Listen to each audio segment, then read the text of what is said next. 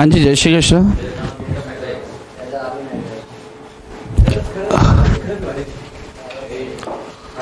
Sales of goods start करें। ये देखो हो गया। सेल्स ऑफ गुड्स एक्ट 1930 1 जुलाई 1930 से ये एक्ट लागू हुआ, ये आपको पता है पहले से। इस एक्ट के अंदर अपन क्या पढ़ेंगे?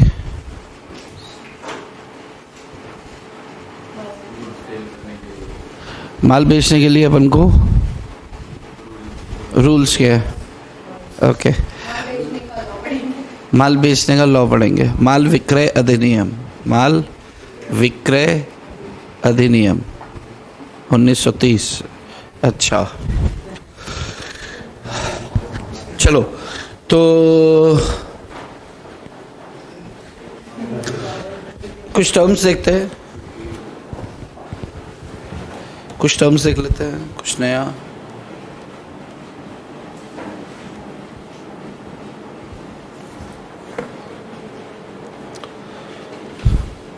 सेल अपन ने करा था शायद, ये सुनो,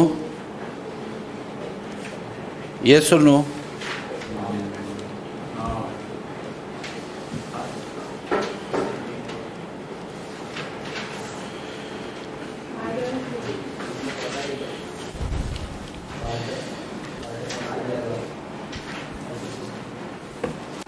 चलो पहले इनको समझते हैं। ये थोड़ा छोटा लिख देते हैं।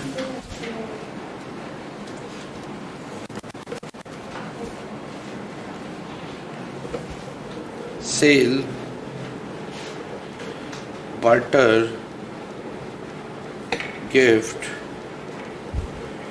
Bailment, pledge, agreement to sell,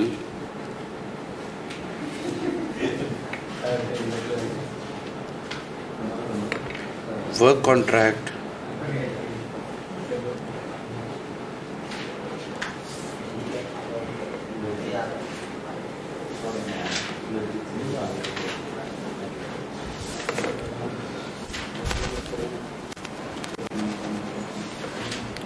इसमें बात करते हैं पहला पोजीशन,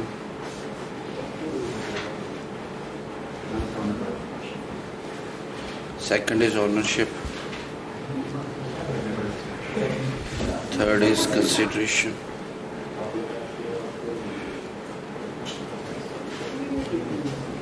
okay।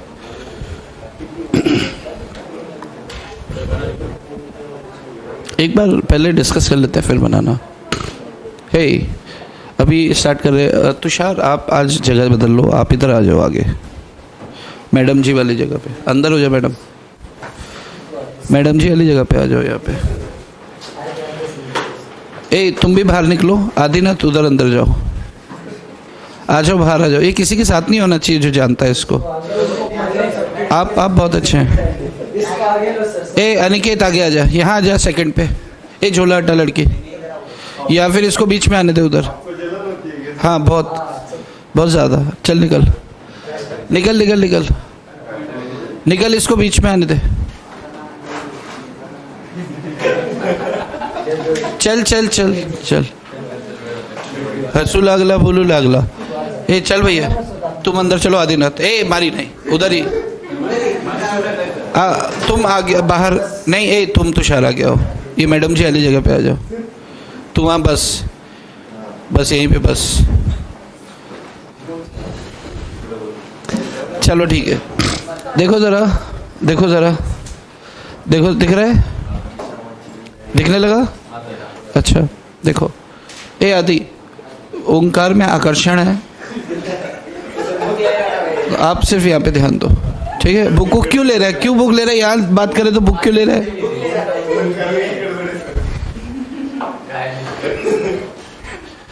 देखो, पोजीशन, ऑनरशिप और कंसीडरेशन। पोजीशन का मतलब होता है कब्जा।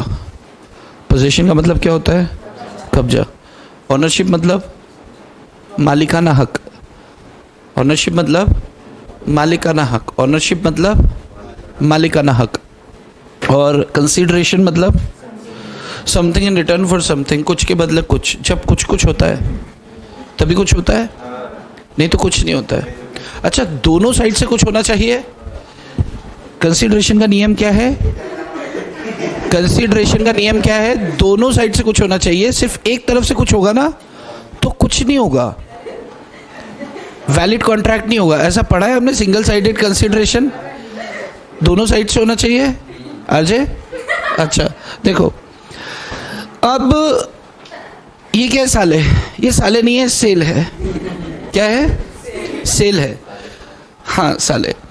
सेल में क्या होता है कि अच्छा, जैसे मान लो कि आप बाज़ार में गए, आपने कहा कि मुझे सैमसंग का, मैं बैठ के बात करूँगा आज ना पूरी, थोड़ी देर बाद। आप बाज़ार में गए, आपको मोबाइल ख़रीदना था, तो आप जाके बोले बहुत एक आलीशान अच्छा खासा कोई मोबाइल दिखा, अनिकेत नाम है मेरा। उससे बोला कंपनी कौन सी दिखाऊं? उससे बोला कंपनी कौन सी दिखाऊं? इन्होंने कहा सैमसंग का दिखाओ। किसका दिखाओ? जब सैमसुई होता है तो सैमसंग हुआ। इन्होंने कहा सैमसंग का दिखाओ। उससे बोला सैमसंग का कैसा दिखाओ? ना बोला आलीशान दिखाओ, मज़ा आ जाना चाहिए। उसने इनको हाँ S9 10 जो भी होता है, नोटबुक जो भी होता है, उन्होंने दिखाया और उसकी कीमत थी 80,000। अनिकेत ने कहा मजाक मत कर, मेरे हिसाब का दिखा, स्टूडेंट हूँ। तो उन्होंने बोला फिर भी आपका बजट क्या है? कहता है कोई अच्छा खासा शानदार आलीशान 8,000 रुपये तक का दिखाओ। स्टूडेंट का एक एवरेज रेट 8 से 10 होता है। उसने दिखाया, उससे इनको दिखाया, इन्होंने उसको चेक किया, पसंद किया, इन्होंने पैसे दिए, उसने बिल बना के दे दिया, मोबाइल इनको दे दिया और ये लेके आ गए। ये ट्रांजैक्शन क्या कहलाएगा? सील कहलाएगा। ठीक है। अच्छा, अब इसमें 3 काम हुए हैं। इन्होंने पैसे दिए हैं और उसके बदले में इन्हें मोबाइल मिला, यानी कि दोनों साइड से कुछ हुआ है। निकेत, यहाँ आपकी साइड से कैश गया है और उधर से मोबाइल आया है, तो something in return, number 1। Number 2, दूसरी बात, उन्होंने मोबाइल इनके कब्जे में दे दिया, यानी कि उसके पास था, उसकी दुकान पे था, इनके हाथ में दे दिया, तो इनके कब्जे में हो गया, तो पोजीशन ट्रांसफर हुआ। और जब इन्हें बिल बना के दिया तो उसे क्या कहेंगे कि ऑनरशिप भी ट्रांसफर हो गई, मालिकाना हक, कि आज से इस मोबाइल का मालिक ये, पूरे विश्व के विरुद्ध उस मोबाइल पर इन्हें अधिकार प्राप्त होंगे। राइट इन रेम, राइट इन एक और क्या था, पर्सोनम होता है ना। राइट इन पर्सोनम क्या होता है कि किसी व्यक्ति विशेष के विरुद्ध आपको अधिकार प्राप्त होंगे। किसी इसके खिलाफ मुझे अधिकार है, लेकिन पूरे विश्व के विरुद्ध मुझे अधिकार नहीं होते उसमें। लेकिन यहाँ पर पूरे विश्व के विरुद्ध, जैसे मान लो, आगे बात करेंगे, चलो ये बात समझ में आ रही है। यानी कि सेल के अंदर क्या क्या होने वाला है? सेल के अंदर पोजीशन ट्रांसफर होने वाला है। कहाँ चल रहा है पेन? कहीं दिख रहा है? हाँ, ये रहा। पोजीशन ट्रांसफर होगा, ऑनरशिप ट्रांसफर होगी, कंसीडरेशन होगा, और कैसा होगा? कैश में होगा। अच्छा, अगर मान लो कि ये अपना ओप्पो का मोबाइल मुझे देते हैं, उसके बदले में मैं अपना वीवो का मोबाइल इन्हें दे देता हूं हमेशा के लिए, इसे क्या कहेंगे? Exchange of goods. इसे क्या कहेंगे? Exchange of goods. यानी कि यहां पर भी क्या हो रहा है? पोजीशन ट्रांसफर हो रहा है, ऑनरशिप ट्रांसफर हो रही है, लेकिन कंसीडरेशन इन काइंड है, एक्सचेंज ऑफ गुड्स। तो इसी देखो, ये दोनों में एक फर्क सिर्फ कंसीडरेशन का आ रहा है। वही सेल बार्टर कहलाएगा अगर कंसीडरेशन कैश की जगह कुछ और होगा। वही सेल बार्टर कहलाएगा अगर कंसीडरेशन में कैश की जगह कुछ और होगा। अच्छा, मान लो कि मैंने अपना मोबाइल इनको दे दिया और जा ऐश कर, आज से ये तेरा, उसके बदले में मैंने कुछ नहीं लिया, तो वही सेल गिफ्ट कहलाएगा। पोजीशन ट्रांसफर होगा, ऑनरशिप ट्रांसफर होगी, और कंसीडरेशन कुछ नहीं होगा। यस, तो यहाँ पर फिर घूम गया। गिफ्ट में ये दोनों बातें होती है, लेकिन कंसीडरेशन होता ही नहीं है। This amounts to gift. अब बिलमेंट क्या होता है? कुछ भी बोलो सही होगा। Yes, ADS. बिलमेंट क्या होता है? आज तो तू एकदम मेरे जैसी लग रही है, बिल्कुल नींद में, बिल्कुल नींद में। यस, हाँ, यूज करने के लिए फ्रेंड्स होते तो क्या दे देते? गाड़ी यूज करने के लिए दे देते, तो उसको अपन ओके, हाँ अरे ये सब अपने अपने घर पे करते हो, जब रात को बैठे होते हो ना घर पे, तो गद्दा नीचे से इधर से सरकाना होता है, तो ऐसे नहीं करते? बढ़िया है, ये तो इंडियन स्टाइल है। अच्छा, तो हम बात क्या कर रहे थे? बेलमेंट। क्या होता है बेलमेंट? ए आदि, दोस्त की गाड़ी यूज करने के लिए देते हैं आप? लेते, हाँ, दोस्त की गाड़ी। अच्छा, दोस्त नहीं है तो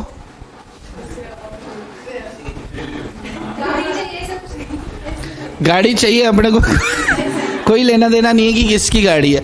मतलब आप कोई सामान खरीदने गए किसी दुकान पे शाम को, रात को 9 साढ़े 9 बजे, और आप किसी दूसरे की गाड़ी उठा लाए अपनी समझ के, क्या ऐसा हुआ है? अच्छा,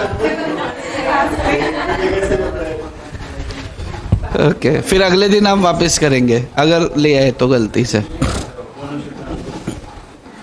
ओके, अच्छा सुने, देखो देखो देखो देखो, आपने किसी से कोई सामान लिया, यानी कि पोजीशन ट्रांसफर हो रहा है, उसे इस्तेमाल करके वापस देने की शर्त है। क्लास में आ जाओ, खो मत जाया करो आप। उसे इस्तेमाल करके वापस देने की शर्त है, वापसी की शर्त है, तो इसे क्या कहेंगे कि ओनरशिप ट्रांसफर नहीं हो रही है। उसके बदले में अपन को उसे कुछ पैसे देने पड़ेंगे क्या? यस और नो? डिपेंड करता है, सामने वाला पैसे मांग भी सकता है और नहीं भी मांग सकता। It amounts to bailment.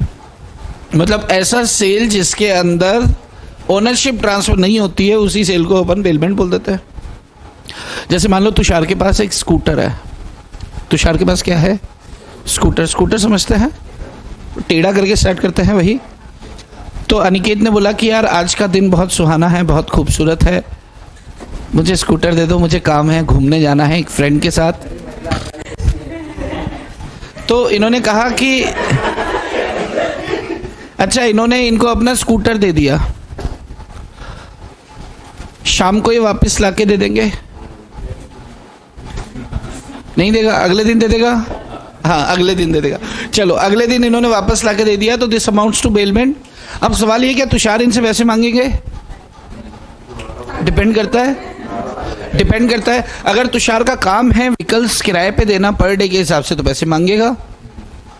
और अगर इनका काम नहीं है, इनका काम पर डे व्हीकल का चार्जेस वसूल करना नहीं है, तो फिर ये पैसे नहीं मांगेगा। जैसे मान लो अनिकेत, आज का केंद्र आप, अरे अपना वो आया नहीं फ्रिज, गांव गया क्या? इससे गंदा वाला मेला ना उसको कर।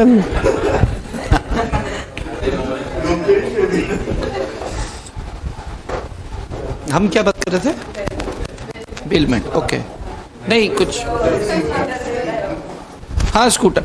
मान लो कि अनिकेत जो है ना, अनिकेत सीएम में हो चुका है, इसका 8 लाख रुपए का पैकेज लग गया। कितने का लग गया? 8 लाख। 8 लाख ठीक है कि ज़्यादा चाहिए? क्योंकि आज से 3 साल बाद 8 लाख की औकात नहीं रहने वाली है, तो ज़्यादा कर 10 कर दे। 10, ये 8 में नहीं मान रहा था, 8 में नहीं मान रहा था, लेकिन हमें चाहिए था ये बंदा हमारी ऑर्गेनाइजेशन के लिए, तो हमने 10, हमने बोला सर 10 में काम कर लो। इन्होंने बोला 12 से 1 पैसा, हमने बोला सर 2 साल कर लो फिर 12 कर देंगे। इन्होंने बोला अच्छा ठीक है। इनकी जॉब लग गई है, 10-12 लाख रुपए साल का ये कमा रहे। रहते अभी अकेले हैं। इनके पास में पड़ोस वाली एक भाभी जी हैं। इन्होंने क्या किया कि संडे टू संडे खाना बनाते हैं खुद। तो ये दाल बाटी और चूरमा, दाल बाटी चूरमा सुना है आपने? ये राजस्थानी, खाया नहीं? ये राजस्थानी डिश होती है और बहुत वो होती है, प्रसिद्ध होती है। तो एक चूरमा, पता है कैसे? बाटी समझते हैं? बाटी बाफला कुछ होता है, कोई चीज़ होती है, उससे चूरमा या लड्डू कैसे बनाते हैं? उसको पीसा जाता है मिक्सर के अंदर, मिक्सर के अंदर पीसता है। तो दाल बाटी तो इन्होंने बना ली, लेकिन अब चूरमा बनाना है, तो मिक्सर इनके पास है नहीं। तो ये पड़ोस वाली भाभी जी के पास गए कि भाभी जी मुझे मिक्सर दो ना।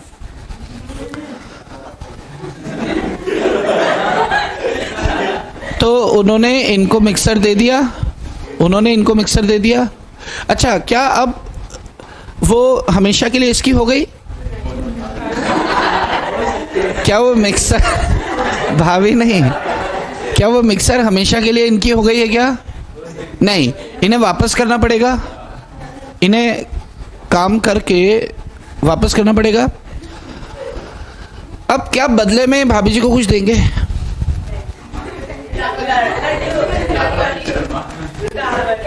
दाल बाटी और थोड़ा सा लड्डू दे देंगे। ये मोहल्ले की प्रथा होती है, अगर किसी की कोई चीज़ अपन सामान यूज़ करने लाते ना तो एक प्लेट उसके मुंह पे मार के आते हैं, ले खा ले ऐश कर। और उनके घर में झगड़े हो जाते हैं, मैं खाऊंगा। कहीं से कुछ आता है और कम आता है ना, तो भाई अपन खुद से सोच लो कि यार एक बार हमारे घर में भी आया था और कम आया था, तो फिर हम लड़ मरे थे कि मैंने खाना है। तो ये तो नॉर्मल सी बात है।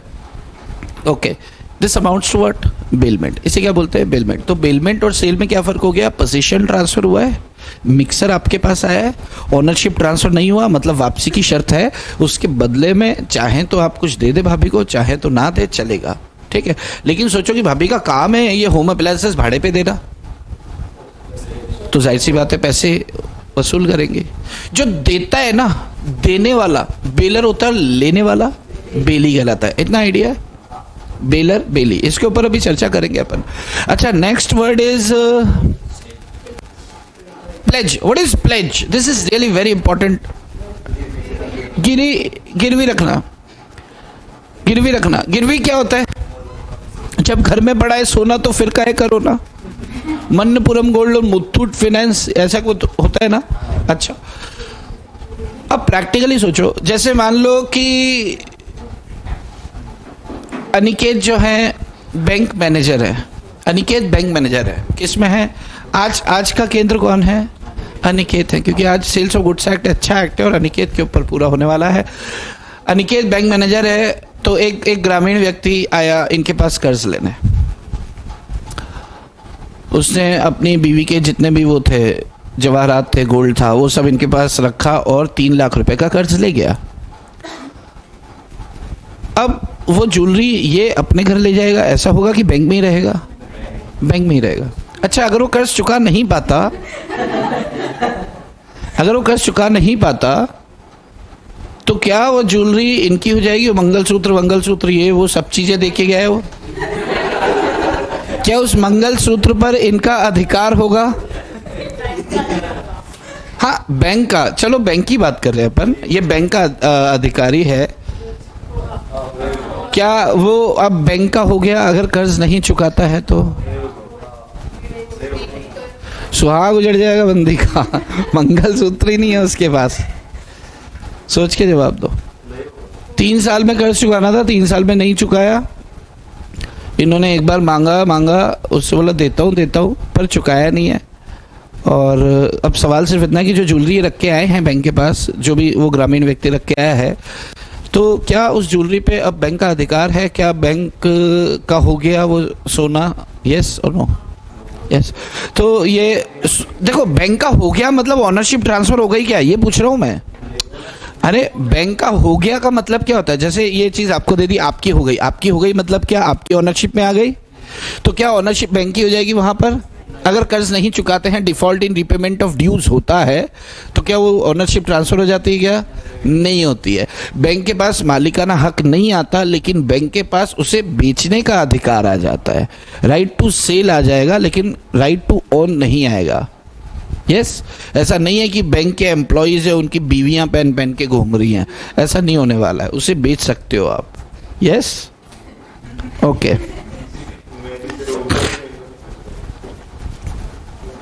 चलो अब आगे देखते हैं। तो प्लेज और बेलमेंट में बेसिक डिफरेंस क्या हुआ? देखो, दोनों में पोजीशन ट्रांसफर होता है, दोनों में ओनरशिप ट्रांसफर नहीं होती है। कंसीडरेशन दोनों में होता है, बस कंसीडरेशन के अंदर अगर लोन एलिमेंट है तो फिर वो प्लेज कहलाएगा, अगर लोन एलिमेंट नहीं है। देखो, यहां भी ज्वेलरी दी है, वापसी की शर्त है। आप प्रैक्टिकली सोचो ना, मैं इधर देता हूं एक एग्जांपल। दो भाभी जी लोग थी, एक का नाम था, यहां लिखना पड़ेगा है ना, आज बुद्धि काम नहीं कर रही यार। एक का नाम था सरिता भाभी, एक का नाम था ललिता भाभी। सरिता के पास क्या थी? ज्वेलरी थी। देखे इधर, क्या थी? ज्वेलरी। सरिता ने ज्वेलरी ललिता को दी, क्योंकि ललिता को कोई फंक्शन अटेंड करने जाना है, कोई शादी अटेंड करने जानी है।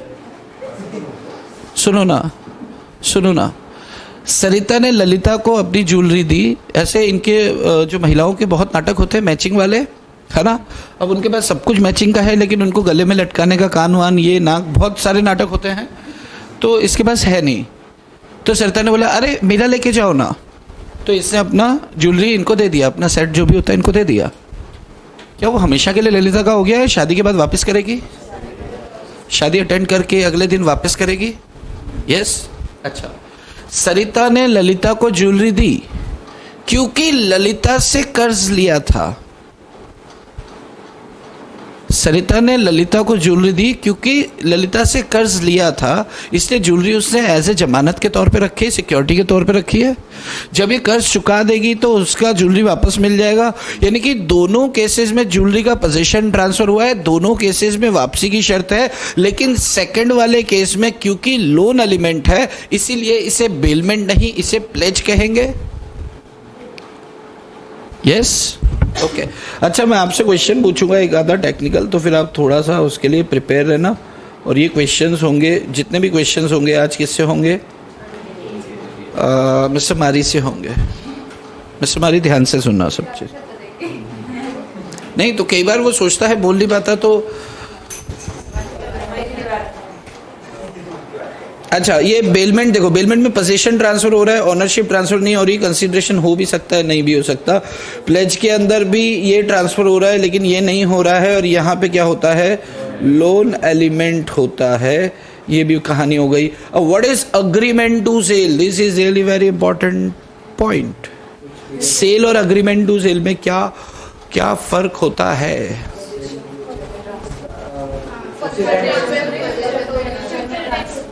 जी पोजीशन फ्यूचर में ट्रांसफर होता है। Very good. माल आपके दो तरह के होते हैं, तीन होते हैं, दो पकड़ लो। माल आपके कितने प्रकार के होते हैं? हे निकेत, हे निकेत, माल कितने प्रकार के होते हैं? तीन प्रकार के होते हैं। एक होता है वर्तमान माल, एक होता है वर्तमान माल, दूसरा भविष्यत माल, फ्यूचर में माल है। एक वर्तमान माल है, मतलब आपके पास वो है, अभी एग्जिस्ट कर रहे हैं, वो एग्जिस्टिंग गुड्स, एग्जिस्टिंग गुड्स। एक होता है फ्यूचर गुड्स, फ्यूचर गुड्स मतलब जो भविष्य में होगा। और तीसरा कॉन्टिंजेंट गुड्स, मतलब वो हो भी सकता है, नहीं भी हो सकता। माल टाइटैनिक से आ रहा है, अगर सुरक्षित पहुंच गया, माल टाइटैनिक से आ रहा है, अगर सुरक्षित पहुंच गया तो आपका है, अगर नहीं पहुंचा तो समुद्र का है। ओके फ्यूचर गुड्स, फ्यूचर और एग्जिस्टिंग में क्या फर्क होता है अनिकेत?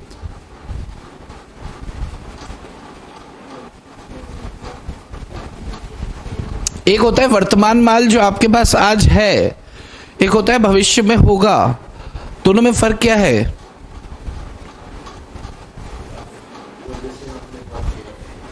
एक का पोजीशन अपने पास है, एक का पोजीशन अपने पास होगा। दोनों में बेसिक डिफरेंस क्या है? जो वर्तमान माल होता है उसे बेचा जा सकता है, जो माल है नहीं उसे बेचा नहीं जा सकता, उसके लिए सिर्फ अनुबंध किया जा सकता है, उसके लिए सिर्फ अग्रीमेंट किया जा सकता है। तो एग्जिस्टिंग गुड्स के लिए सेल होता है और फ्यूचर गुड्स के लिए एग्रीमेंट टू सेल होता है। जैसे मान लो कि आप गए, आपको ना अपने घर में कॉर्नर बनवाना है। कॉर्नर समझते हैं? वो फर्नीचर सोफे वाला कॉर्नर बनवाना। तो आप गए फर्नीचर की शॉप पे, आपने बहुत सारे पसंद किए, लेकिन कुछ छोटा बड़ा है, क्योंकि हर बंदे का घर का साइज अपना तरीके का होता है, अपनी सोच होती है कि इतने में सोफा रखेंगे, यहाँ पे टेबल रखेंगे, ये करेंगे, बहुत अपने दिमाग चलते रहते हैं। अब आपने बोला कि मुझे वो एल साइज का आप दिखाए जरा, तो उसने दिखाया, आपको कॉर्नर दिखाया, लेकिन वो थोड़ा छोटा बड़ा है, आपको पसंद नहीं आ रहा है। तो आपने बोला एक काम करो भाई साहब, घर आओ। वो घर आया, आपने साइज दिखाया कि ऐसे करके इतना इस तरीके से चाहिए और हमें बना के दे दो। तो उसने बोला ठीक है मैं बना के दे दूंगा। कितने दिन में बनाओगे? 15 दिन में। तो अगर 15 दिन बाद वो माल आपके पास आने वाला है, अभी तैयार नहीं है, तो वो वर्तमान माल तो नहीं होगा, एग्जिस्टिंग गुड्स तो नहीं होगा, उसे क्या कहेंगे? Future goods. तो उसे आज बेच नहीं सकते, उसके लिए क्या कर सकते हैं? एग्रीमेंट टू सेल कर सकते हैं। उसे बेचने के लिए अनुबंध कर सकते हैं, एग्रीमेंट कर सकते हैं। क्लियर है? ओके। तो एग्रीमेंट टू सेल में क्या होता है यार? पोजीशन है ही नहीं, देंगे क्या? ओके, पोजीशन नहीं ट्रांसफर होता है, ऑनरशिप नहीं ट्रांसफर होती है, कंसीडरेशन तो होगा ही, कुछ पैसे कुछ एडवांस अपन दे देते हैं। What is work contract? Work contract क्या होता है अनिकेत? वर्क कॉन्ट्रैक्ट क्या होता है? वर्क कॉन्ट्रैक्ट क्या होता है? कंस्ट्रक्शन के लिए जैसे क्या? हाँ, क्या होता है मयूरी? मजदूरी बोलते हैं। इंग्लिश बोलने के लिए बंदी लेबर ले आई। हाँ बोल। कोई मजदूर होता है, हाँ, ये वो नहीं होता, कुछ और हो भी सकता है। मैंने कुछ आपका काम किया और आप ओके। यस ओमकार जी,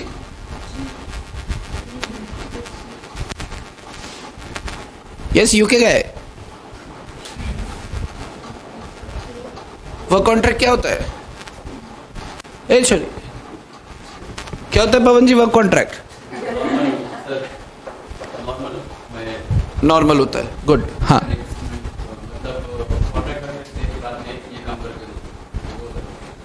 ऐसा हो सकता है, ऐसा आपको लग रहा है? Yes RJ.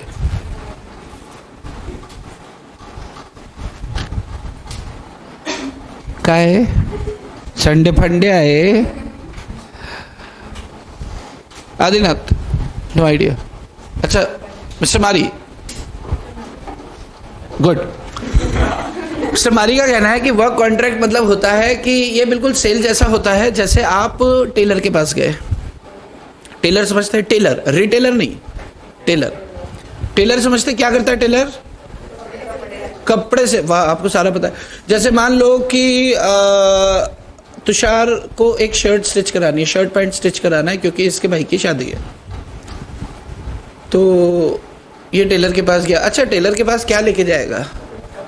कपड़ा, कपड़ा अनसिप कपड़ा लेके जाएगा, जो कट पीस कटवा के लाएगा। एक 1.2 मीटर ऐसा कुछ होता है ना पैंट का, ओके। 2.25 मीटर का शर्ट का कपड़ा ले गया, 1.25 मीटर का पैंट का कपड़ा ले जाके टेलर को बोला कि टेलर इसको सिल के दो ना। तो फिर टेलर ने बोला अरे वाह, ये तो हम यही काम करने बैठे हैं, लाओ सिल के देते हैं। तो वो क्या करने वाला है, वो स्टिच करके आपको दे देगा। इन्होंने पूछा कि कितने पैसे लोगे, तो उससे बोला मैं पैसे लूँगा आपसे 600 रुपये। 500, 600, 300, 400 क्या लगता है? 600 ऑन एन एवरेज 600 रुपये लगता है ना। इनसे 600 रुपये उसने छीन लिए। अब वो क्या करके देने वाला है? कपड़ा स्टिच करके देने वाला। अच्छा, जब वो स्टिच करके देगा तो क्या इन्हें कुछ माल भी डिलीवर कर रहा है? कपड़ा तो ही नहीं का था, क्या माल भी दे रहा है? क्या माल डिलीवर करेगा? अरे कपड़े में माल डाल के देगा क्या? बटन लगा के देगा। वेरी गुड, माल डिलीवर कर रहा है ना, बटन दे रहा है। इसको कहते हैं इंटेलिजेंट लड़की। इतने समय शादी में जाके आई है, उसके बावजूद उसको, हाँ, उसका दिमाग हिला नहीं है, एकदम क्लास के दौरान एकदम अटेंटिव है वो लड़की। तो बटन क्या देगा? बटन। बटन समझते हैं? ये जो खोलते भी है बंद भी करते हैं, वो बटन। और क्या देगा? ये होता है कड़क करने के लिए, कॉलर के अंदर क्या बोलते हैं? कैनवास। कैनवास आपको डिलीवर करेगा ये कॉलर वाला। कॉलर और आस्तीन में भी डालता है, यहां पर भी। अच्छा, और क्या देगा? धागा। धागा भी आपको डिलीवर हो रहा है, धागा उसका था आपको दे रहा है। और क्या क्या वो क्या होता है? लोगों से प्रचार होता है, लोगों नहीं देते आजकल, पहले देते थे, आजकल लोगों नहीं देते। वो भी अंदर की साइड देते, बाहर थोड़ी होता है कि आदिनाथ टेलर्स। आदि टेलर्स पूरी सिलवाए, आदि टेलर पे आके पूरी सिलाई कराए। चलो, हाँ, तो अब यहाँ पर जो वर्क कॉन्ट्रैक्ट है होता बिल्कुल सेल की तरह है। सेल कैसे हुआ? उसने बटन आपको ट्रांसफ़र किया, वो बटन हमेशा के लिए आपके हो गए और उसके बदले आपने कंसीडरेशन पे किया 600 रुपये, उसके बदले आपने कंसीडरेशन पे किया 600। बात समझ में आ रही है? यानी कि माल डिलीवर हो रहा है, माल ट्रांसफर हो रहा है, पोजीशन ट्रांसफर हो रहा है, हमेशा के लिए हो रहा है और उसके बदले कैश कंसीडरेशन है। तो ये ऐसा सेल है जिसमें जो गुड्स ट्रांसफर कर रहे हैं वो बहुत नॉमिनल वैल्यू का है, इसलिए इसे सेल नहीं, इसे वर्क कॉन्ट्रैक्ट कहते हैं। क्योंकि ऐसा मान के चलते हैं कि जो 600 है उसमें 20 रुपए का तो माल दिया है उसने, 30 रुपए का पकड़ लो, जिप हुक, ये दो चीजें और पैंट के अंदर होती हैं और तो कुछ नहीं होता। तो मान लो 30 रुपए का 40 रुपए का माल दिया, उसके बदले में लिए 600 रुपए, तो माल तो नॉमिनल वैल्यू का है। इसका मतलब वो टेलर अपनी मेहनत का पैसा मांग रहा है, अपनी सर्विस का पैसा ले रहा है। बात पकड़ में आ रही है? तो यहाँ पर किसी तरह का उसे सेल नहीं माना जाएगा। जो बटन वगैरह ट्रांसफर किए जा रहे हैं ये सब किस में शामिल होंगे? वर्क कॉन्ट्रैक्ट में। क्योंकि लफड़े हो जाते थे पहले, कभी सेल्स टैक्स डिपार्टमेंट टेलर के पास पहुंच जाता था कि तू बटन वटन बेचता है 600 रुपये में, ला टैक्स भर। अब ऐसे कैसे भर दूँ यार, बटन अलग से थोड़ी बेचता हूँ मैं तो लगा के देता हूँ, और वो तो मैं मेहनत करता हूँ, तो उसके बगैर तो शर्ट स्टिच हो ही नहीं सकती है। तो ये विवाद हुआ करते थे। तो उन्होंने क्या किया, वर्क कॉन्ट्रैक्ट एक डेफिनेशन डाल दी और उसमें कहा कि अगर आपने कंसीडरेशन वसूल किया है और आप माल भी ट्रांसफ़र कर रहे हैं, सेल की सारी शर्तें पूरी हो रही है, लेकिन अगर माल का वैल्यू एकदम नॉमिनल वैल्यू है तो उसे सर्विस का कॉस्ट माना जाएगा पूरा पूरा, उसे वर्क कॉन्ट्रैक्ट कहेंगे, उसे सेल नहीं कहेंगे। यस। अच्छा, बटन हमेशा के लिए आपके हो गए, मतलब पूरे विश्व के। जैसे मान लो कि ये एक शर्ट खरीद के लाया, इनका झगड़ा हो जाता है, झगड़ा हो गया है, शर्टें फट गई हैं, बटन उछल गए, ऊपर से नीचे आ रहे हैं, स्लो मोशन में नीचे आ रहा है। अच्छा, आपने देख लिया वो बेलमेंट वाला लेक्चर? ओके, कंपनी में था क्या? अच्छा, उस बटन में पूरे विश्व के विरुद्ध इन्हें अधिकार प्राप्त होगा कि भैया ये मेरा है। यस, इसको क्या बोलेंगे? Work contract. जैसे मान लो आप ना एक चप्पल सुनार के पास गए। चप्पल सुनार समझते हैं क्या? मोची, मोची समझते हैं? मोची, मोची नहीं, चांबर, हाँ, चांभार, इडली सांभार, ऊपर इडली सांभार, नीचे चांभार। तो आप उसके पास गए, आपने बोला अच्छा ये चप्पल जो टूटती है ये कब टूटती है? कब टूटती है भाई? अपनी तो कभी भी टूटती है, और जब टूटती है तब टूटती है। लड़कियों की चप्पल कब टूटती है? लड़कियों की चप्पल कब टूटती है? लड़के को मारने पे। लड़कियां मारती नहीं है कभी चप्पल से, ये इससे डायलॉग होता है। यस, लड़की की चप्पल कब टूटती है? देखो, लड़कों की चप्पल कभी भी टूट सकती है, लड़कियों की चप्पल सिर्फ तब टूटती है जब कोई देख लेता है। जैसे ही किसी ने देख लिया, ओह टूट गई। टूटी 6 दिन से, टूटी 6 दिन से होती है, पर चलाते काम जैसे ही देखा कि अरे माय गॉड टूट गई, हाँ मैं घर कैसे जाऊंगी? तो फिर कोई ना कोई उनका एक बेस्ट फ्रेंड होता है, बेचारा चप्पल लेके घूम रहा है उसकी। चलो, तो जैसे ही आपने देखा चप्पल टूटी। अच्छा, अब चप्पल टूट गई तो उसके सुनो ना, उसके पास गए, उसको बोला कि भैया वो कर दो कील वगैरह। तो उसने क्या किया, 4 कील ठोक दी और 10 रुपए मांग रहा है। तब वो जो चप्पल सुधराने आया कहता है यार भैया 10 रुपए थोड़ी ऐसे मजा थोड़ी आता, 10 रुपए 20 पैसे के कील आपने ठोके। यानी कि वो जो सांबार है वो क्या कर रहा है, कील बेच रहा है आपको 10 रुपए में, 20 पैसे की कील है। सेल में आएगा कि वर्क कॉन्ट्रैक्ट में आएगा? वो कील अब हमेशा के लिए आपकी हो गई है। अभी आप किसी के हैप्पी बर्थडे में जाओगे और आपको वो फुग्गे फोड़ने हैं, तो अब चप्पल से कील निकाला, तड़ तड़ तड़ आप कर सकते हैं। किसी को चुबाना है, वो कील पर विश्व के विरुद्ध आपका अधिकार है, उस कील के साथ आप जो चाहे कर सकते हैं। मान लो एक पेंटर था, पेंटर मतलब दीवार वाला नहीं, आर्टिस्ट वाला पेंटर होता है ना वो।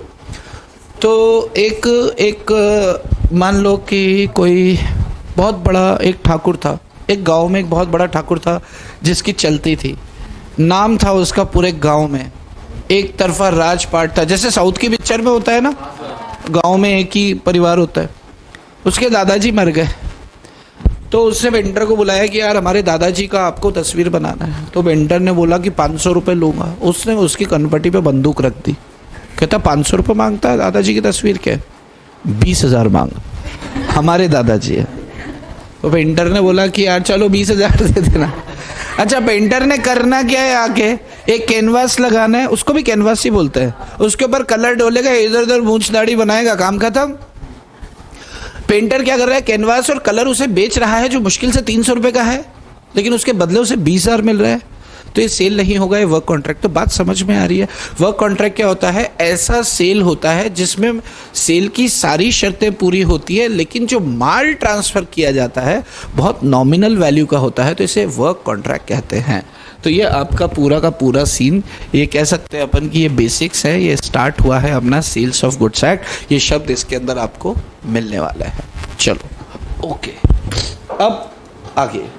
अच्छा, यहाँ पर कहाँ गया, ये भी हो रहा है, ये भी हो रहा है, और यहाँ पर क्या होने वाला है, कंसिडरेशन कैश में होगा और नॉमिनल वैल्यू का, नॉमिनल वैल्यू का गुड्स ट्रांसफर होगा। चलो मैं आपको एक 2 मिनट का टाइम दे दूं, आप लिखना चाहें तो यस लिख ले, आप लिख लो, लिख के ले लो।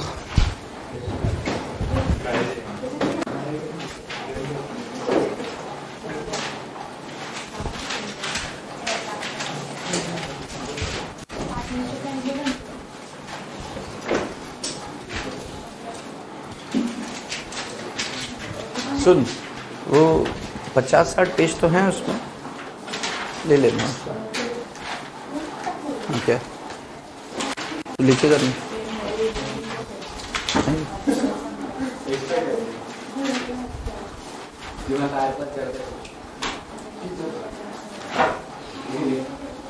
ए पीला है क्या, प्रेम मतलब प्याला पी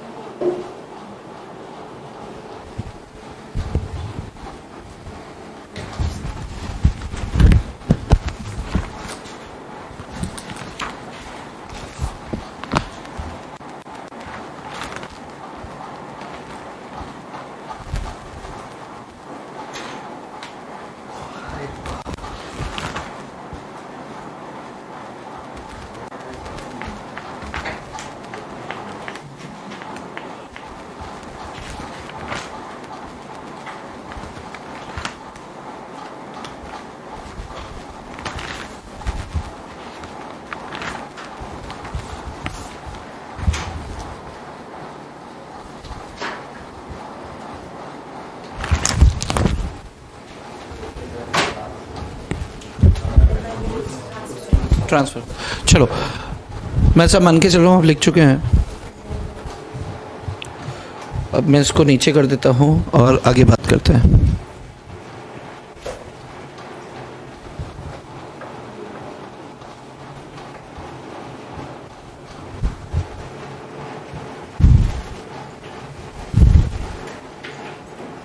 चलो देखो, कुछ बेसिक टर्म्स हैं एक सेल के लिए, बेसिक कंडीशंस है। बेसिक कंडीशंस क्या हैं? पहला कौन कौन होता है? दो पार्टीज होती है, एक होता है सेलर, एक होता है बायर।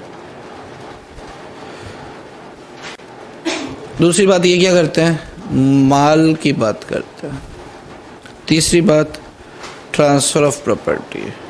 ये एसेंशियल्स हैं। एसेंशियल मतलब आवश्यक तत्व है एक सेल, एक वैलिड सेल के लिए। Transfer of property. Number 4 price. Number 5 essential elements of a valid contract.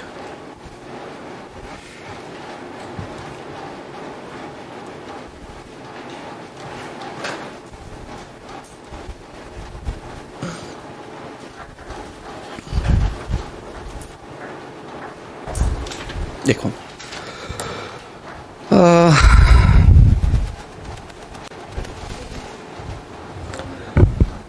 Seller buyer बताने की जरूरत नहीं है। सेलर मतलब जो माल बेच रहा है या बेचने के लिए अग्री हुआ है, उसे सेलर कहेंगे।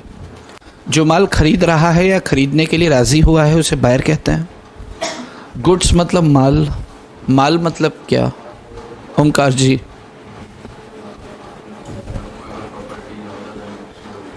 Movable property, any movable property जिसे मूव कराया जा सकता है उसे क्या बोलेंगे?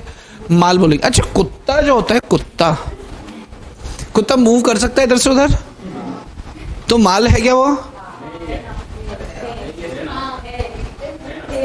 अरे यार, मूव कर सकता है तो माल नहीं हो गया वो?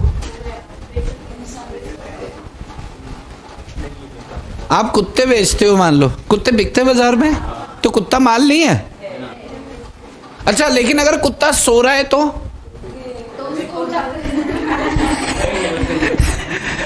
उसको बोलेंगे जाग, तेरा समय आ गया, तेरा नया सेट आ गया है, तो वो भी माल है। अच्छा, कुत्ता मर चुका है तो? मरा हुआ कुत्ता माल है क्या? किसी का कहना है कि मरा हुआ कुत्ता कौन लेगा, तो मैं आपको बता दूं कि कोमड़ी नहीं होता, कोमड़ा खाते ना? कोमड़ी भी खाते क्या? कोमड़ी खाते हैं?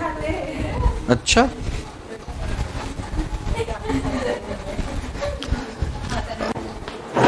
ओके। तो हाँ, नहीं, कुछ अपने देश में उस साइड, साउथ साइड में कुत्ता खाते हैं। हाँ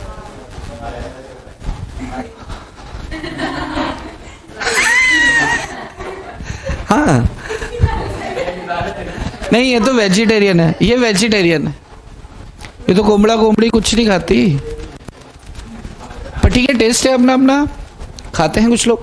चलो, तो मरा हुआ कुत्ता भी माल है, जिसे मूव कराया जा सकता है वो माल है। जिसे मूव कराया जा सकता है वो क्या है? माल है। अच्छा, पहली बात, माल क्या है? Any movable property other than money and actionable claims. Actionable claim का मतलब क्या होता है? एक्शनेबल क्लेम का मतलब क्या होता है? क्या होता है एक्शनेबल क्लेम का मतलब? क्या होता है? बहुत है, इसमें तो हो जाएगा। 50-60 पेज तो नहीं लग रहे हैं?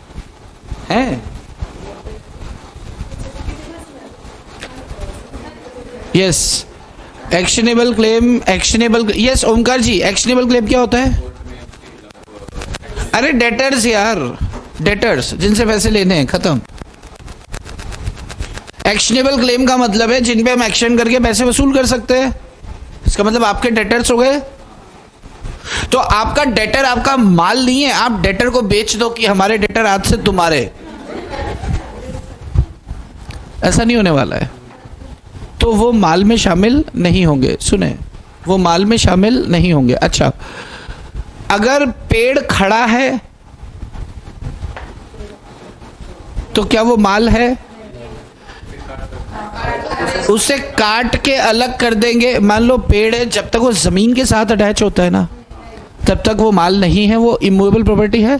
लेकिन अगर उसे काट दिया तो अब वो क्या हो गया है, मूवेबल प्रॉपर्टी है। काट के अलग करने के बाद उसे मूव कराया जा सकता है, तो ज़मीन से अलग कर दिया तो फिर वो मूवेबल प्रॉपर्टी में कवर हो जाता है। Yes, okay. पुराने सिक्के, ओल्ड कॉइन्स, क्या वो माल है? मनी के लिए मना कर दिया। 10 रुपए का आज का सिक्का क्या माल है? 5 पैसे का सिक्का क्या माल है? यस। ओल्ड कॉइन्स का मतलब होता है कि ओल्ड कॉइन मतलब ओल्ड कॉइन, जो अभी करेंसी हमारी नहीं है, तो फिर वो एंटीक चीज़ें हो गई हैं। तो एंटीक चीज़ें क्या होती है? माल होती है। तो माल में क्या क्या होता है? ये सब होता है। अब माल पे डबल क्लिक करेंगे तो 2-3 तरह का माल होता है। एक होता है आपका ये वो कौन सा? एक होता है आपका वर्तमान माल, एग्जिस्टिंग गुड्स। एक होता है फ्यूचर गुड्स। एक होता है कॉन्टिंजेंट। कॉन्टिंजेंट मतलब हो भी सकता है, नहीं भी होता, डिपेंड ऑन कंटिंजेंसीज। फ्यूचर गुड्स आज नहीं है, कल होगा, तो फ्यूचर गुड्स के लिए क्या करते हैं? अग्रीमेंट टू सेल करते हैं। यस। और एग्जिस्टिंग पे डबल क्लिक किया तो फिर ये 3 तरह का होता है, असर्टेन्ड, अनअसर्टेन्ड। ये अपन बात करेंगे क्योंकि आप पढ़ चुके हैं तो आपको चीजें थोड़ी थोड़ी पल्ले तो पड़ रही है, अच्छी बात है। माल के नीचे आए अपन तो क्या लिखा है? दिख भी नहीं रहा।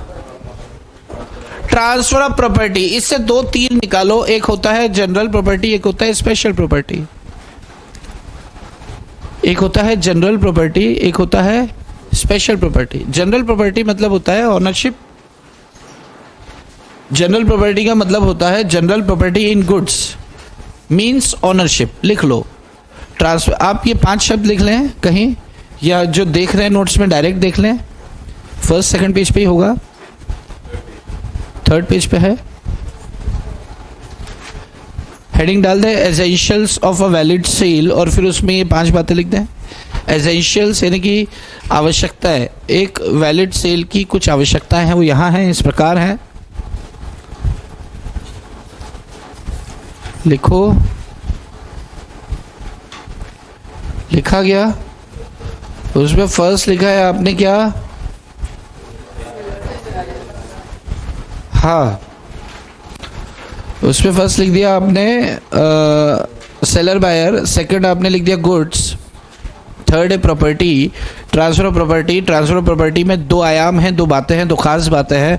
Transfer of general property in goods and special property in goods. General property in goods का मतलब क्या होता है? Ownership. General property in goods का मतलब क्या होता है? ओनरशिप।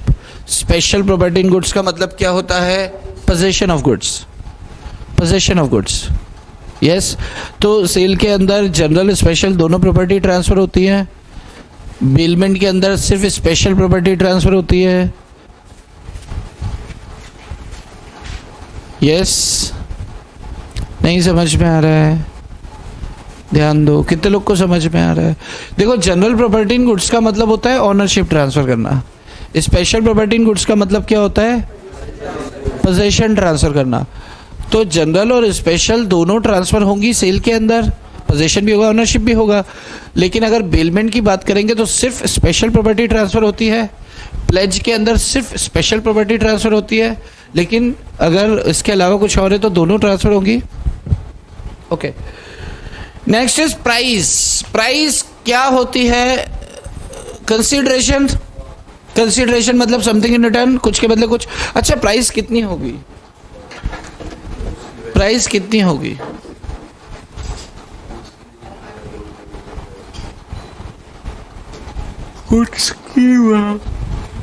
गुड्स की वैल्यू के आधार पे होगी। अच्छा, जैसे मान लो कि तय कैसे करेंगे?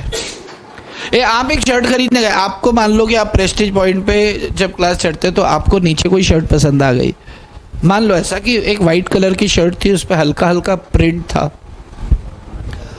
आपको मान लो एक ऐसी कोई शर्ट पसंद आ गई, तो आप बाहर खड़े होकर देख रहे हो, अंदर नहीं जा रहे हो क्योंकि लॉक करके बैठा है दुकानदार। फिर एक शाम ऐसा हुआ कि लॉक खुला और आप उसके पास गए। आपने कहा भैया भैया कितने की दे रहे हो? तो उससे बोला 800 रुपये की। तो आपने कहा अरे 800 तो बहुत ज़्यादा है, कहाँ से लाऊंगा मैं इतना पैसा? गलत मत कीजिए, ठीक ठीक लगा लीजिए। तो उससे बोला अरे आप तो स्टूडेंट लगते हैं। तो उससे बोला हाँ मैं स्टूडेंट हूँ। वो कहता अच्छा ठीक है, फिर आपके लिए हम डिस्काउंट 50 रुपये कर देते हैं, 750 में ले लो। इससे बोला 750 नहीं, मैं 600 दूंगा। उससे बोला अच्छा ठीक है, आपके लिए लास्ट 700। इन्होंने कहा 650, 650 में डील हो गई। तो दोनों ने मिलके बार्गेनिंग किया और प्राइस फिक्स किया। तो सवाल यही है, प्राइस कैसे कैसे फिक्स होता है? एक तो दोनों पार्टीज मिलकर तय करती हैं, क्या कोई और तरीका होता है? थर्ड पार्टी तय करती है। थर्ड पार्टी, आप माल खरीदने जाओगे तो तीसरी पार्टी तय करेगी। जब दोनों तय नहीं कर सकते, कौन सा ऐसा केस होगा? नहीं, लोन वाली बात नहीं कर रहे अभी। माल बेचने के लिए अरे मत बेचो, उस हरामखोर को मत बेचो जो कह रहा है कि चल कोर्ट में चलते हैं, प्राइस तय करेंगे। बाहर कुछ भी, मतलब कुछ बोलना है बेच दो। यस, शेयर्स, हाँ शेयर्स में क्या, वो तो मार्केट रेगुलेटेड होता है। नहीं, आप चाहे आप मार्केट में चल रही है 180 रुपए भाव, आप कह रहे हैं 220 में बेचूंगा। अब आप कह रहे हैं कि कोई खरीदे ना खरीदे। एक ऑक्शन सेल होती है, किसी ने बोला ऑक्शन बोली लगाई जाती है, गुड। और कैसे तय होती है प्राइस? किसी का कहना है थर्ड पार्टी भी तय करती है। थर्ड पार्टी कब करती है? जब आप में अकल नहीं होती तो थर्ड पार्टी तय करती है। जब आप में अकल का मतलब देखो, जैसे मान लो मेरे पास ये अंगूठी है। अब मैं ये अंगूठी इन्हें बेचना चाहता हूँ। ये अंगूठी है, मैं इन्हें बेचना चाहता, मान लो ये गोल्ड की है ना, थोड़ी देर के लिए मान लो ये गोल्ड की है। तो है वैसे 150 रुपये की, लेकिन मान लो थोड़ी देर के लिए गोल्ड की। तो मुझे भी अकल नहीं है कि आज गोल्ड का भाव क्या है, दाम क्या है, ये वो सब कुछ ना इन्हें पता है ना मुझे पता है। इन्हें डिज़ाइन अच्छा लग रहा है, कहता है मेरे को दे दो। मैंने बोला अच्छी बात है। तो हम किसी ज्वेलर के पास जाएंगे, वो तय करके देगा कि भाई साहब इसका आज का क्या दाम चल रहा है। यस, तो एक तरीका, जैसे आप थर्ड पार्टी कह रहे हो, तो थर्ड पार्टी कब तय करती है? जब आप तय नहीं कर पाते हैं। और नहीं कर पाने के पीछे कारण सिर्फ ये होता है कि आप में वो टेक्निकल ज्ञान नहीं होता जो उस पर्टिकुलर, जैसे मान लो कि आप अपना घर बेचना चाहते हैं, ज़मीन बेचना चाहते हैं, तो आपको पता थोड़ी है कि अपने क्या वैल्यूएशन चल रहा है इस इलाके में, इस कॉलोनी के अंदर। तो जो वैल्यूअर्स होते हैं वो तय करके बताते हैं कि भाई साहब ये रेट चल रहा है, तो ये रेट के ये रेट से ये रेट के बीच में आप तय कर सकते हैं। तो प्राइस तय करने के लिए थर्ड पार्टी का भी मदद लिया जाता है। उन थर्ड पार्टी को अपन एक्सपर्ट बोल सकते हैं। तो थर्ड पार्टी की जगह अगर अपन ऐसा बोले कि एक्सपर्ट भी प्राइस को तय कर सकता है। यस, तो एक आपने म्यूचुअल अंडरस्टैंडिंग से, बार्गेनिंग से तय कर लिया, दूसरा किसी ने कहा ऑक्शन सेल से, वहां हो गया, तीसरा आप कहते हैं कि थर्ड पार्टी यानी कि एक्सपर्ट से वैल्यूएशन करा लिया, चौथा और क्या तरीका होता है प्राइस तय करने का?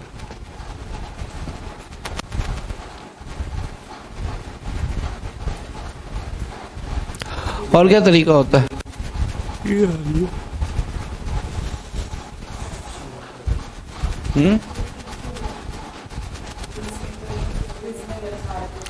रीजनेबल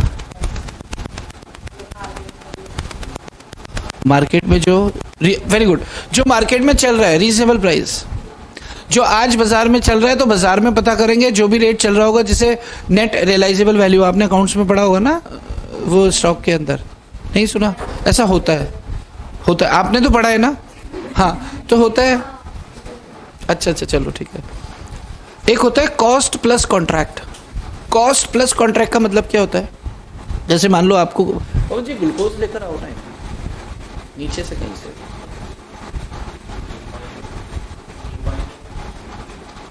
नींबू पानी ग्लूकोज भी लिया, नीचे ही मेडिकल शॉप है, 10 20 50।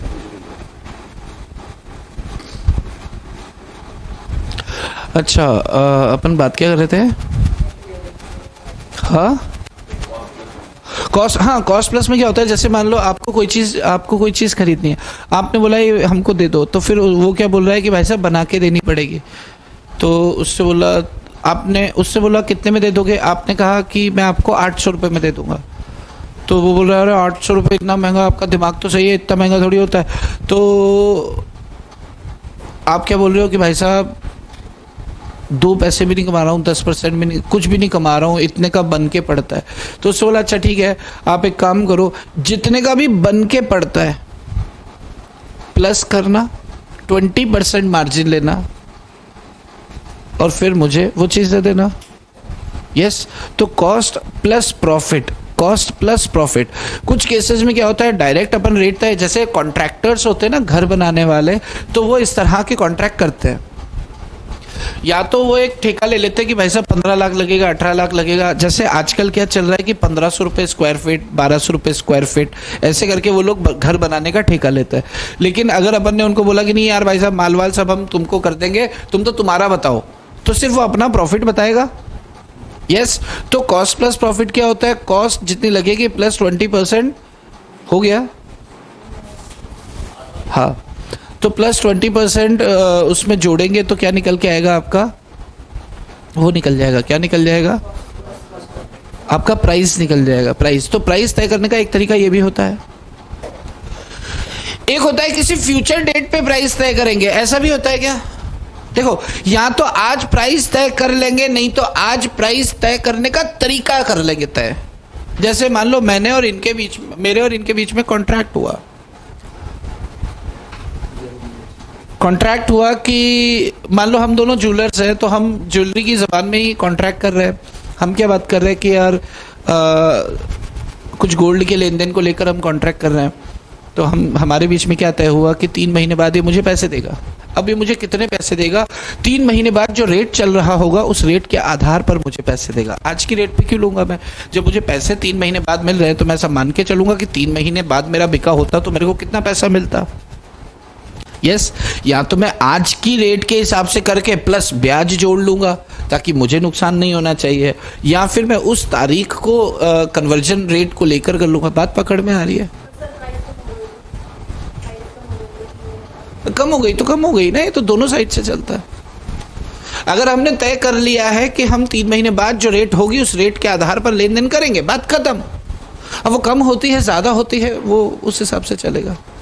यस, देखो कम भी हो गई तो हमें नुकसान थोड़ी हो रहा है, गोल्ड का प्राइस जो था उस हिसाब से होने वाला है। चलो, ये जनरली फॉरवर्ड कॉन्ट्रैक्ट में होता है। फॉरवर्ड कॉन्ट्रैक्ट क्या होते हैं, जो आज कर रहे हैं 3 महीने बाद डीलिंग होगी कि 3 महीने बाद मुझे इतनी ज्वेलरी चाहिए और जो उस समय दाम चल रहा होगा उस दाम, वो दाम मैं आपको दे दूंगा। ये फॉरवर्ड कॉन्ट्रैक्ट में होता है, अग्रीमेंट टू सेल में होता है। तो प्राइस तो प्राइस है।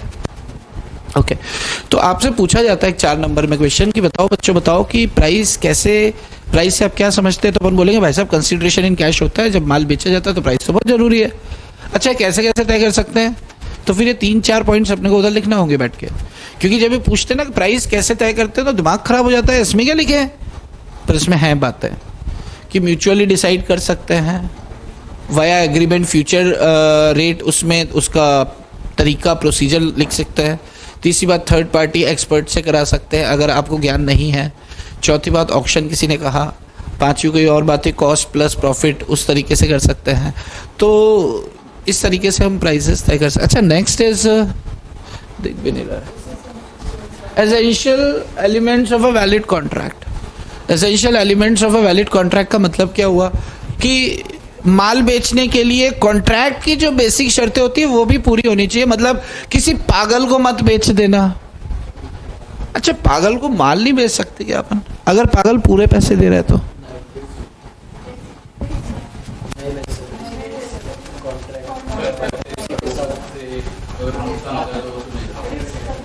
हाँ, अगर हम पागल को माल बेच देंगे और कल को प्रूव कर देता है मैं तो पागल हूं, इसने तो मुझे पागल बना दिया,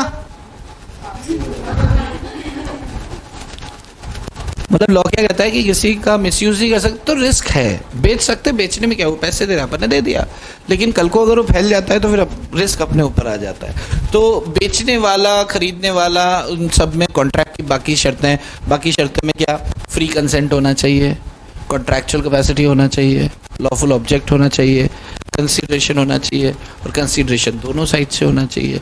पैसे ले लिए, दे कुछ रहे नहीं है, तो फिर ऐसे तो नहीं चलेगा।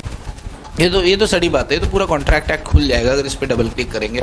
तो ये 4-5 एलिमेंट्स हैं एक सेल के लिए। अच्छा, अब थोड़ा सा एक टेक्निकल पोर्शन समझ लेते हैं, एकदम महत्वपूर्ण। जब अपन माल बेचते हैं तो क्या कुछ गारंटी वगैरह होती है? वारंटी होती है। ओके, क्या होता है वारंटी वगैरह? अगर उसमें कुछ खराबी आ गई तो फोकट में रिपेयर करके देंगे। ओके ओके, दो शब्द। अच्छा, कोई ब्रेक व्रेक तो नहीं चाहिए अभी आपको? अभी ब्रेक की जरूरत नहीं है ना, टाइम पास चल रहा है। ओके, दो शब्दों की बात करें, एक होता है कंडीशंस, एक होता है वारंटी। यस, डिस्कशन बस इसका अभी कर लेते हैं और इसकी डिटेल्स जो है, कुछ पॉइंट्स है वो बाद में डिस्कस करेंगे। एक चीज़ इस पे बात कर लेते हैं, conditions and warranties. And this is really very important portion जिस पे हमें क्वेश्चन पूछा जाता है। कोई बता पाएगा कंडीशंस एंड वारंटीज में फ़र्क क्या होता है? ओमकार जी के अलावा कोई भी बता दें।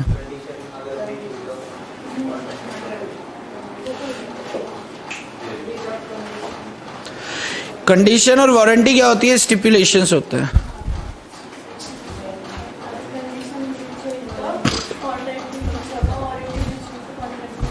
गुड। हाँ, इन्होंने जो कहा बिल्कुल ठीक कहा। मारी हमेशा सही बोलते हैं, इज ए नाइस गाय। देखो, कंडीशन और वारंटीज क्या होती है? जब अपन माल बेचते हैं ना, जब अपन माल बेचते हैं तो जिससे अपन माल बेचते हैं ना, उससे अपन क्या करते हैं? तमाम तरह के स्टेटमेंट बोलते हैं। वो स्टेटमेंट तीन तरह के होते हैं। एक होते हैं माल से संबंधित, कि हमारा माल ऐसा, हमारा माल वैसा, आप ये ले सकते हैं, आप वो ले सकते हैं, कुछ बातें करता है दुकानदार। देखो, दुकानदार तीन बातें करेगा। एक करेगा माल की बेसिक कंडीशन, बेसिक गुण से संबंधित बात है। बेसिक गुण मतलब पंखा है, अच्छी हवा देता है, घड़ी है, वक्त बताती है, रेडियो है, स्टेशन पकड़ता है। उसके बेसिक, गाड़ी है, चलती है, उसके बेसिक गुण के संबंधित वो बताता है कि ये करता क्या है। दूसरा, उसके एडिशनल फीचर्स बताता है। ये पंखा है तो हमने बोला हाँ वो तो चलता है, नहीं इसमें खास बात है, ये 6 तक चलता है, सबके घर 5 तक चलते हैं, 1 2 3 4 5, यानी कि इसमें एडिशनल स्पीड है। अरे बहुत बढ़िया। और इसमें जैसे ही 6 पे चलाओगे ना तो बीच की लाइट जलेगी और गाना बजेगा, लाइट जलेगी और गाना बजेगा, चल छैया छैया छैया छैया, चल छैया छैया, या हमारी तरह कोई भी गाना बजेगा अगर आप ऐसा करेंगे तो। अच्छा, और क्या फीचर है? ये इसके जो ये वो कप होता है ना, कप समझता है? वो ऊपर एक कप है कि नीचे कप है, इसको कप्स बोलते हैं। इसके कप ऊपर नीचे होंगे और लाइट चलेगी पंखे के साथ साथ। आपने बोला अरे वाह, ये एडिशनल फीचर्स बता रहा है। देखो, पंखे का बेसिक फीचर क्या होता है? हवा देना चाहिए, बेसिक फीचर उसका ये। एडिशनल फीचर्स क्या होता है? उसी में डालते थोड़ा। नहीं मिला बाहर? कहाँ? तो बाहर ही जाना पड़ेगा, यहाँ पे कहीं थोड़ी रुको। क्या यहाँ पे मेडिकल मिलेगा? रुक जाओ अभी 2 मिनट, फिर एक ब्रेक लेते हैं, उसके बाद चले जाना। ब्रेक के बाद चले जाना। अपन कहाँ थे?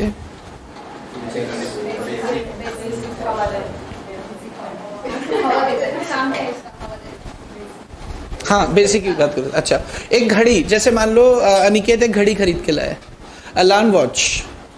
अलार्म वॉच का बेसिक काम, वॉच है तो बेसिक फीचर क्या है उसका? वक्त बताना और अलार्म बजा देना, बेसिक फीचर ये है। अच्छा, उसके अंदर एडिशनल फीचर्स क्या है कि उसमें एक साइड में बटन दिया है कि जैसे सुबह तुम 4-5 बजे जग गए गलती से, तो तुम वक्त नहीं देख पा रहे हो, तो बटन दबाओगे तो हल्की सी छोटी सी लाइट होती है, उसमें होती है ना, जो घड़ी के अंदर ही रहती है और इतना रोशनी नहीं होता, बहुत कम रोशनी होती है, लेकिन वक्त बता देती है आपको, तो वो चलेगी। अच्छी बात है। आप अच्छा, दूसरी बात एडिशनल फीचर्स। तीसरी बात क्या? हमारे हिसाब से आप ये खरीद लो, हमारे हिसाब से आप वो खरीद लो, ऐसा बोलते हैं। हमारे हिसाब से का मतलब क्या है? ऐसा बोलते हैं ना कि मेरे हिसाब से तो ये ठीक रहेगा, बाकी ये अब उसकी ओपिनियन है, तो ओपिनियन का तो कोई कानून नहीं बनता, लेकिन ये दोनों बातों को लेकर कानून बना है। अगर बेसिक फीचर को लेकर अगर वो कोई स्टेटमेंट देता है तो उसे कहते हैं कि वो कंडीशंस बता रहा है, बेसिक फीचर। और अगर एडिशनल फीचर्स को लेकर वो कोई स्टेटमेंट बोलता है तो उसको क्या बोलता है, उनकी वारंटी बता रहा है। अब तो कंडीशंस क्या हुई, बेसिक फीचर्स, वो प्रोडक्ट क्या काम करने के लिए बना है वो बेसिक है, और एडिशनल उसमें और क्या खूबियां हैं। ठीक है, अब जैसे मान लो कि अपने एक अनिकेत है, बहुत बड़े शिकारी हैं। क्या है, शिकारी है। ये क्या करते हैं, शिकार खेलते हैं। क्या खेलते हैं, शिकार। शिकार खेलने के लिए कहाँ जाते हैं, जंगल में जाते हैं। तो ये जंगल में जाते हैं तो इनके पास एक बहुत आलीशान कार है जो एकदम धड़ाधड़ सड़क पे तो चलती है, लेकिन पहाड़ी क्षेत्र पे ठीक से नहीं चल पाती है। बहुत जबरदस्त कार है इनके पास, मारुति 800 असेंबल करा रखी है इन्होंने। मैं इसको पी लूं क्या, थोड़ा थोड़ा मजा आता है बहुत। तो इन्होंने क्या करा रखा है, असेंबल, पर वो पहाड़ी पे एरिया पे चलती नहीं है। तो ये एक कार बनाने वाले के पास गए जो असेंबल करके देते हैं। वो है मिस्टर ओमकार जी। किसके पास गए, ओमकार जी के पास। इन्होंने कहा कि यार मैं बहुत बड़ा शिकारी हूँ, मैं भयानक शिकार करता हूँ, मजा ही आ जाता है। जब जब शिकार करता हूँ तब तक शिकार होता है। मैं पहाड़ी एरिया पे जाता हूँ ना तो मेरी गाड़ी ऊपर नहीं, ऊपर चलती है 2 कदम और वापस आती है 4 कदम। तो ओंकार ने बोला कि रिवर्स में चलाया करो ऊपर। तो इसने कहा ओंकार जी आप समझ नहीं रहे हो, मेरी गाड़ी में जान नहीं है। ओंकार ने बोला अच्छा ठीक है, मैं आपको एक जीप बना के देता हूँ। पंजाब में जट जीप देखिए आपने, चौड़े पहिए वाली जीप बना के देता हूँ। कितने में बना के दोगे, 4 लाख रुपए में। कितने में बना के दोगे, 4 लाख रुपए में। अच्छी बात है, जीप की बात हो गई है। तो इन्होंने इनको बेसिक फीचर बता दिया कि मुझे क्या चाहिए, पहाड़ी एरिया पे एकदम तरीके से चल लेनी चाहिए, अच्छे से चलनी चाहिए, पिकअप अच्छा होना चाहिए। ठीक है, इन्होंने इन्हें जीप बना के दे दी। ये जब शिकार करने गए तो एकदम शां तरीके से वो पहाड़ी पे चढ़ रही है, लेकिन इन्होंने जब हॉर्न बजाया ना तो हॉर्न नहीं बजा।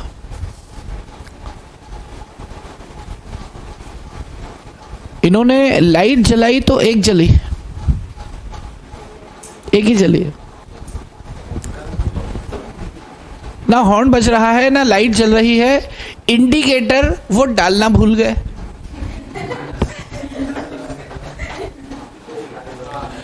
ये 3-4 गड़बड़ियां नजर आई। अच्छा, क्या ये सब बेसिक फीचर है या एडिशनल फीचर्स हैं? एडिशनल फीचर्स है। उस जीप का बेसिक फीचर क्या है, वो चलना चाहिए और जहां पर सोचा है वहां चलना चाहिए।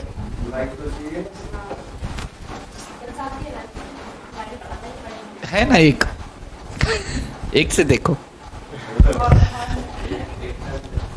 तो आवाज लगाओ, ए हिरन बाजू हट बाजू, हिरन, ए हिरन बाजू हट बाजू, सलमान मारा था मैं नहीं मारूंगा। तो अच्छा सुने, कंडीशन अगर ब्रीच होती है तो आप कॉन्ट्रैक्ट को कैंसिल कर सकते हैं, लेकिन वारंटी ब्रीच होती है तो आप सिर्फ कॉम्पनसेशन की डिमांड कर सकते हैं, नुकसान की भरपाई करवा सकते हैं। आप प्रैक्टिकली सोचो, अगर लाइट खराब है तो क्या आप जीप वापस कर सकते हो? अगर लाइट खराब है तो क्या जीप वापस कर सकते हो? नहीं, सिर्फ लाइट एक्सचेंज हो सकती है।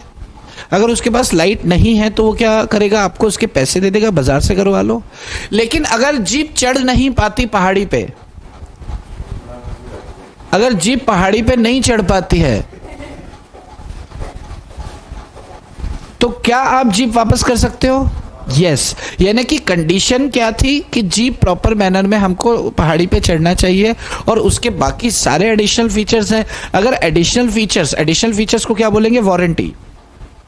अगर वारंटी ब्रीच होती है तो सिर्फ कॉम्पनसेशन के लिए क्लेम कर सकते हैं, लेकिन कंडीशन ब्रीच, जैसे मान लो पंखा खरीद के लाए, पंखा हवा दे रहा है लेकिन उसका वो लाइट नहीं चल रहा है, तो वो लाइट बदल के देगा, पंखा थोड़ी एक्सचेंज कर देगा। लेकिन अगर पंखा हवा ही नहीं दे रहा है तो उसका बेसिक फीचर फुलफिल नहीं हो रहा है तो उसके मुंह पे मारेंगे। तो कंडीशन ब्रीच होगी तो कॉन्ट्रैक्ट कैंसिल कर सकते हैं, लेकिन वारंटी ब्रीच होगी तो सिर्फ कॉम्पनसेशन की डिमांड कर सकते हैं। बात पकड़ में आ रही है? कंडीशन ब्रीच में फर्क है। यस, जैसे आप रेडियो लेकर आए या कोई भी मान लो कि आप वो लेकर आए, क्या बोलते हैं, डीवीडी प्लेयर लेकर आए, उसमें आपने डीवीडी लगाई, आप पिक्चर देख रहे हो, अच्छे से पिक्चर दिख रही है, आपको मजा आ रहा है, आपको मजा आ रहा है, आप पिक्चर देख रहे हो, लेकिन उसकी जो एलईडीज होती है ना, वो लाइट जो उसकी होती है ना, जो रीडिंग बताता है वो ठीक से नहीं बता रहा है, तो वो चीज़ सुधार के दे देगा। अगर लेंस में गड़बड़ है, लेंस मतलब जिससे वो मूवी दिखा रहा है, अगर लेंस में गड़बड़ है तो वापस होगा, लेकिन अगर छोटा मोटा कोई प्रॉब्लम है तो सुधार के देता है वो। यस, ठीक है। तो अपन बोलते हैं ना 2 साल की गारंटी, 3 साल की गारंटी, ये गारंटी शब्द इस्तेमाल नहीं होता यहां पे, कंडीशंस कहते हैं उसे। अपन ने बाजार में सुना है, वो बोलता है कि भाई साहब इसकी 2 साल की वारंटी है, तो हम होशियारी दिखाते हैं, वारंटी बोला कि गारंटी बोला, वो बोलता है वारंटी गारंटी आजकल नहीं आती। और जो गारंटी हम बाजार में किसी प्रोडक्ट को लेकर सुनते हैं ना, एक्चुअल में शब्द गलत है, कंडीशंस कहा जाता है। गारंटी कानूनन अगर गारंटी की बात करें तो गारंटी का मतलब क्या होता है कि मैंने आपको कर्ज दिया और इन्होंने गारंटी दी है आपकी, थर्ड पार्टी ने गारंटी दी किसी बंदे के कर्ज चुकाने की, तो उसे गारंटी कहते हैं। बात समझ में आ रही है? Yes, okay. तो अब अपन क्या कर रहे हैं, एक छोटा सा ब्रेक ले रहे हैं, एक 15 मिनट के लिए। आप नाश्ता कर लो, इसके बाद अपन ये कंडीशन और वारंटीज को निपटाएंगे। Yes, okay.